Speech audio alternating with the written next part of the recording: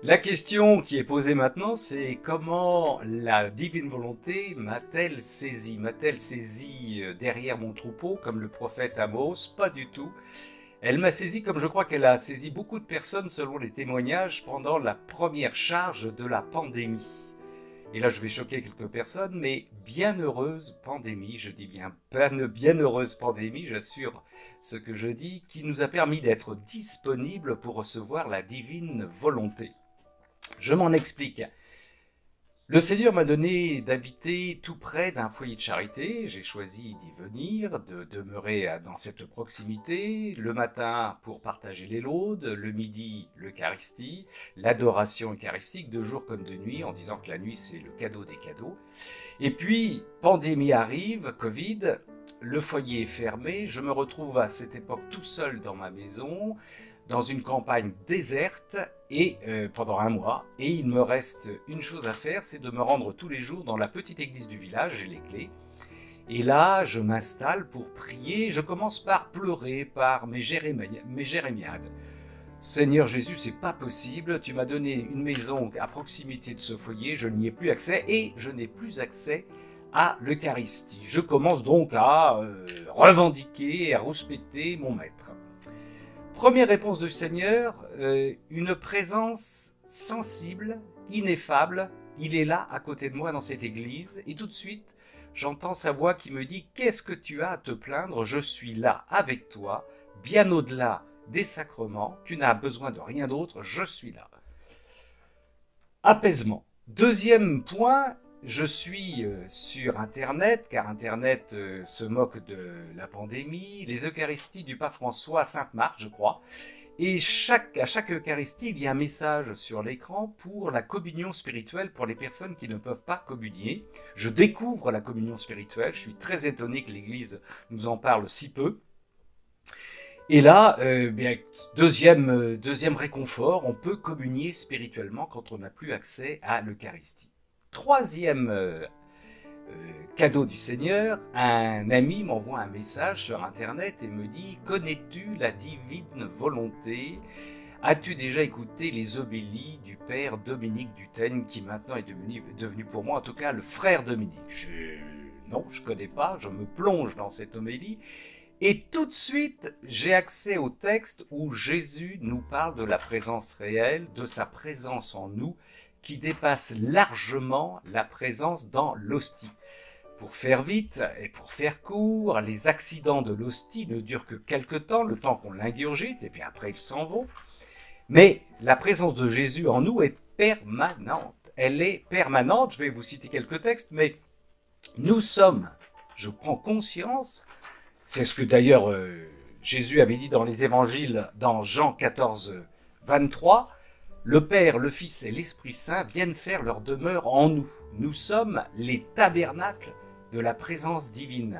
Nous sommes les tabernacles de la sainteté de Dieu. C'est extraordinaire. À partir du moment où nous mettons, comme la Vierge Marie, notre volonté humaine de côté. Je vous lis quelques textes que je découvre à l'époque.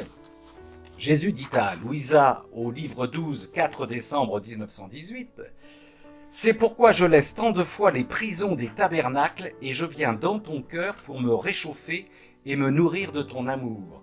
Quand je te vois à ma recherche à travers les tabernacles des églises, je te dis, n'es-tu pas ma vraie prison d'amour?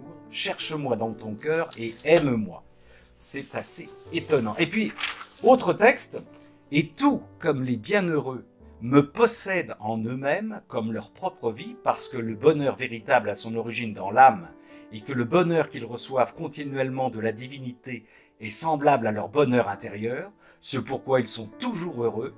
De la même manière, écoutez bien, l'âme qui possède ma volonté aura en elle-même ma vie pérenne, qui lui servira de nourriture continuelle, et non pas une fois par jour, comme la nourriture de ma vie sacramentelle. » Tome 20 de novembre 1926. Voilà qui est très très clair, une révolution, pour moi, une métanoïa puissante, extraordinaire. Dieu m'habite constamment. Dieu m'invite à le laisser prendre toute la place en moi à partir du moment où, comme dit Jésus, je mets de côté la petite pierre de ma volonté humaine. Ma volonté humaine est toujours là, présente, libre, mais elle se résume à dire, à chaque instant de ma vie, Jésus vient prendre toute la place. Je veux devenir une hostie vivante. Extraordinaire. Et Jésus dit dans un autre passage que la vie dans la divine volonté, c'est comme la vie des bienheureux au ciel, mais sur terre. Comme la vie des bienheureux au ciel, mais sur terre, ils ont l'impression d'avoir pour chacun, pour eux tout seuls, la présence de Jésus pour eux tout seuls. C'est extraordinaire. Évidemment, quand on dit ça à des amis, notamment à nos frères et sœurs, quelques frères et sœurs chrétiennes, chrétiens, docteurs de la loi, je dis ça sans aucune moquerie, certains nous répondent, et c'est souvent une souffrance d'ailleurs, c'est pas pour moi, c'est de la spiritualité, c'est de la mystique. Or, Jésus insiste lourdement dans le livre du ciel à plusieurs reprises, il dit ce n'est pas une vie mystique, ce n'est pas une spiritualité, c'est la vie réelle divine. C'est la vie réelle divine, c'est la réalité divine. C'est inouï, c'est inouï. Gloire à Dieu, soyez bénis. Question, la divine volonté a-t-elle changé quelque chose dans votre façon de prier? La divine volonté a pulvérisé ma façon de prier. La divine volonté pour moi, c'est une prise de conscience. Je suis le tabernacle de la divinité. Je suis une hostie vivante, je suis le tabernacle de la sainteté de Dieu.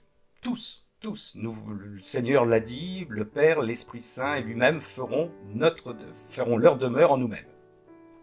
Donc ma prière, c'est d'être à la disposition de cette présence et de dire continuellement au Seigneur, dans une omniprésence, que veux-tu que je fasse? De quoi veux-tu que nous parlions? C'est ça la prière. Je vais vous donner un exemple qui choque parfois certains chrétiens à qui je parle. Il m'arrive en fin de journée, bien rempli, où j'estime avoir travaillé, bien j'en sais rien, mais en tout cas beaucoup travaillé avec le Seigneur et la Vierge Marie. Je regarde les titres des informations à la télévision pour être un minimum au courant.